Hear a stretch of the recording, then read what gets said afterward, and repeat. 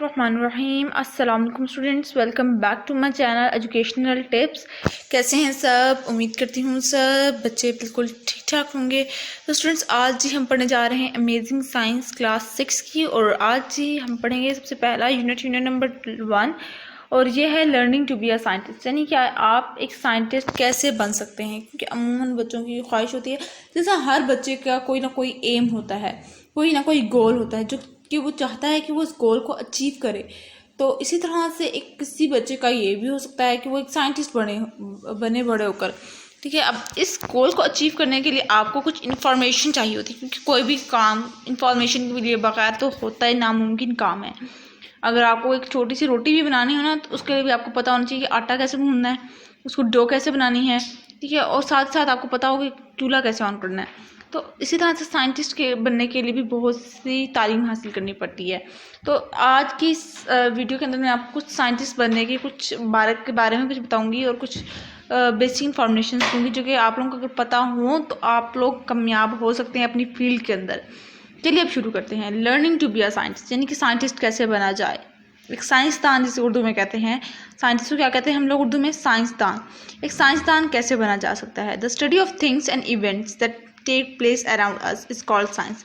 यानी कि किसी भी चीज़ के बारे में, ऐसी तालीम किसी भी चीज़ के बारे में हासिल करना, या अपने एटमॉस्फेयर या अपने हमारे इन्वायरमेंट के बारे में तालीम हासिल करना, या हमारे इर्द गिर्द मौजूद चीज़ों को के बारे में तालीम हासिल करना साइंस कहलाता है। A person who studied science is called a scientist. और वो शख्स जो कि इस साइंस के सब्जेक्ट्स पढ़ता है और इन चीज़ों को डिस्कवर करता है, उसको हम क्या कहते हैं? उसको हम साइंटिस्ट कहते हैं। A scientist not only look at things but asks questions about them and tries to find answer by performing experiment।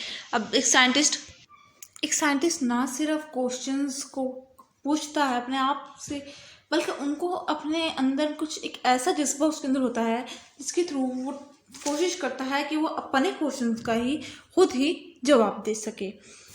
And collecting more information, अब वो साथ ही साथ उस आंसर्स के उसके अगेंस्ट कि उस क्वेश्चन जो उसके दिमाग में आया, क्लिक किया उसके दिमाग ने, उसके आंसर्स ढूंढता है, और साथ साथ उसके मुतालिक कुछ इन्फॉर्मेशन कलेक्ट करता है जिससे बाकी दुनिया को भी प्रूफ हो जाए कि ये बात उसकी, ये आंसर जो है ये ट्रू है, ये सही बोला है उसने सही प्रूफ किया है। देन शी और ही rights down the result and draw conclusion from them.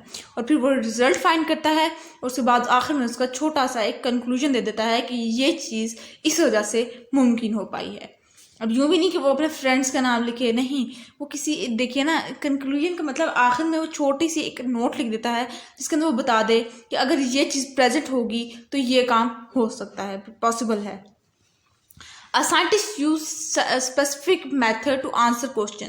अब एक जो साइंटिस्ट है वो एक स्पेसिफिक मेथड यूज़ करता है जिसके थ्रू वो अपना आंसर, क्वेश्चंस के आंसर आसानी से मालूम कर सकता है। शी और he works in a special room called a laboratory.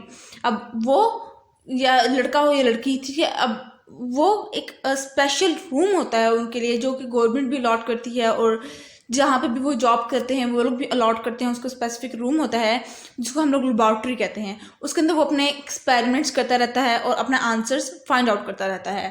There are many instrument in a laboratory. एक लेबोरेटरी के अंदर काफ़ी ज़्यादा साइंटिफिक इंस्ट्रूमेंट्स मौजूद होते हैं। they have been invented to help scientists to make accurate measurements and calculations for the experiment they perform। अब ये इंस्ट्रूमेंट्स, जो साइंटिफिक इंस्ट्रूमेंट्स होते हैं, ये जो साइंटिफिक आलात होते हैं, या इनके ये जो स्पेसिफिक टूल्स होते हैं, ये किस लिए होते हैं? ताकि साइंटिस्ट को अपने मेजरमेंट्स करने के लिए और अपने कैलकुलेशंस करने के लिए आसानी हो सके, अपने एक्सपेरिमेंट करने के लिए आसानी हो सके। अब step involve in solving a scientific problem. एक स्टेप्स हैं, कुछ स्टेप, हर चीज़ कहते हैं ना स्टेप में अच्छी लगती है। अगर स्टेप वाइज हो तो बहुत अच्छी तरह से आसानी से वो काम हो जाता है। साथ ही साइंटिस्ट भी तो स्टेप वाइज हर काम करते हैं। सबसे पहले आ जाते हैं क्वेश्चन की तरफ, यानी कि जब तक जहन में कोई क्वेश्चन ही नहीं आए, कोई सवाल ही ना आए, ठीक है, तो आप किस तरह से कोई चीज़ भी फाइंड आउट कर सकते हैं। Identify the question to find out whether all insect have 6 legs. सबसे पहले वो क्या करते हैं, जिस इंसेक्ट के ऊपर कुछ अपनी रिसर्च कर रहे हैं, उस इंसेक्ट के पहले देखते हैं क्या उस इंसेक्ट के या उस चीज़ के 6 टांगे हैं। फिर आ जाते हैं नंबर 2 पर, कलेक्ट इन्फॉर्मेशन। फिर क्या करते हैं, कुछ इन्फॉर्मेशन कलेक्ट करते हैं, उसके मुताबिक कुछ मालूमात हासिल करते हैं।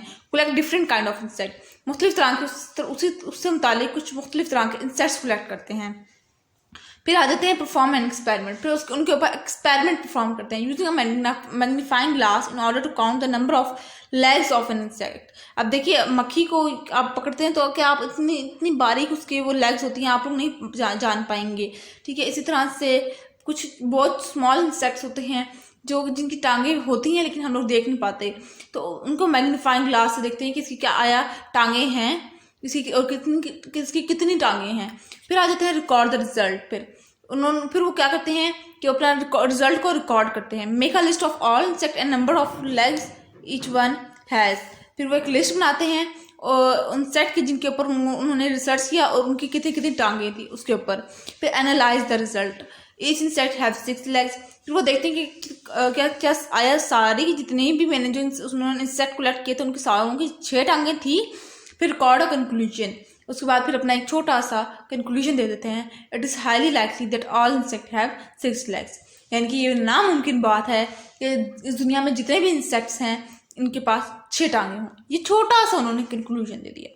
अब ये देखिए यहाँ पर अगर जब स्टेप वाइज उन्होंने काम किया तो आसानी से उन्होंने जान लिया कि हर इंसेक्ट की 6 टांगे नहीं होती। अगर वो क्या करते, सारे इंसेक्ट इकट्ठे जमा करते, सारों के एक मैग्नीफाइंग ग्लास में डालते और चलो जी पता चल जाता। यूँ नहीं होता, यूँ फिर खिचमिच पक जाती, बहुत ज़्यादा प्रॉब्लम होती। फिर लुकिंग एट द लेबॉर्ट्री, कि जब हम लोग लेबॉर्ट्री को देखते हैं तो क्या होता है, laboratory is a place with scientific experiment are carried out. Laboratory एक वो जगह है जहाँ पे साइंटिफिक एक्सपेरिमेंट्स होते हैं। It contain lots of specific equipments called apparatus. उधर काफ़ी मुख्तलिफ तरह के साइंटिफिक इक्विपमेंट्स मौजूद होते हैं जिनको हम एपरेटस कहते हैं। Which is kept in cupboards और ऑन अ शेल्फ्स, जो कि कबर्ड में प्रेजेंट होते हैं, कबर्ड में रखे जाते हैं वो एपरेटस, या फिर हमारे शेल्फ्स उनकी शेल्फ पर मौजूद होते हैं। Chemicals are kept in laboratory in bottles called reagent bottles. अब जो केमिकल्स हैं जिस तरह के हमारे पास कुछ हार्मफुल केमिकल्स होते हैं, ठीक है, अब उनको लेबॉर्ट्री के अंदर किसी एक स्पेसिफिक बोतल के अंदर डाला जाता है और उस बोतल को हम लोग क्या कहते हैं, उसको हम लोग रेजिड बोटल्स कह देते हैं। Specific specimens of animals and plants are displayed on shelfs and cupboards. अब जिस तरह से जो इंसानों के ढांचे हैं या इंसानों के स्टैच्यूज हैं, प्लांट्स हैं, इनको शेल्फ पर या कबर्ड में डिस्प्ले के लिए रख दिया जाता है। And scientific specific charts are displayed on the walls, और चार्ट्स बने होते हैं उनकी वॉल्स के ऊपर, उनके दीवारों पर ना चार्ट्स बने हुए होते हैं, चार्ट्स चिपकाए हुए होते हैं, जो कि उनको कुछ उनकी कुछ ऑब्जर्वेशंस होती हैं, कुछ उनकी डिस्कवरीज होती हैं और कुछ उनके लिए जो इम्पॉर्टेंट है कि वो देखते रहें, उनको याद रहता रहे। Instruments for magnifying small objects called microscope. अब छोटे छोटे ऑब्जेक्ट्स को, छोटी छोटी चीज़ों को देखने के लिए जो हम लोग यूज़ करते हैं, मैग्नीफाइंग ग्लास जो यूज़ करते हैं, जो चीज़ हम लोग यूज़ करते हैं उसको हम लोग क्या कहते हैं, माइक्रोस्कोप्स कहते हैं। और ऑल्सो फाउंड इन लेबॉर्ट्री, जो कि लेबॉर्ट्री के अंदर मस्ट मौजूद होते हैं। 9-10 की लेबॉर्ट्रीज के अंदर आप लोग अपने स्कूल की किसी स्कूल के अंदर लेबॉर्ट्रीज होंगी, उसमें भी देखिए ना, उसके अंदर स्टैचूज पड़े भी होंगे और साथ ही आपके लिए वहाँ पर 9-10 में शुरू हो जाता है ये काम ना, मैट्रिक लेवल पर, और यहाँ वहाँ पर आपको केमिकल्स भी पड़े हुए मौजूद होंगे। हालांकि वो लेबॉर्ट्री नहीं होती लेकिन बेसिक कॉन्सेप्ट के लिए वहाँ पर मौजूद होते हैं। उसके बाद आ जाते हैं instrument use by a scientist, यानी कि वो कौन कौन से इंस्ट्रूमेंट है जो कि साइंटिस्ट यूज करते हैं। अब साइंटिस्ट जिससे हमने पढ़ा कि वो काफ़ी ज़्यादा इंस्ट्रूमेंट्स यूज करते हैं। अब वो कौन कौन से इंस्ट्रूमेंट है, अब वो बात पढ़ेंगे। सबसे पहले बात करते हैं हम माइक्रोस्कोप की, जो कि मेन थिंग है, मेन इंस्ट्रूमेंट है यूज करने के लिए।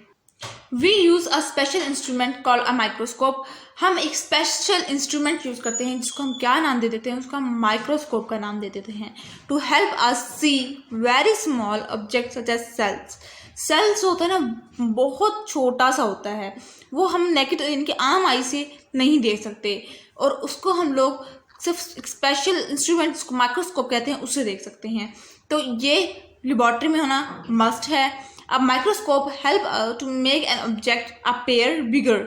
अब माइक्रोस्कोप क्या करता है, उसको देखो ना नीचे, ठीक है, इसके इधर रखते हैं, ठीक है, इधर रखते हैं तो वो इधर जाकर ना इसके ऊपर इधर से हम लोग देख रहे होते हैं तो हम लोग को वो बड़ा करके जूम करके दिखाता है।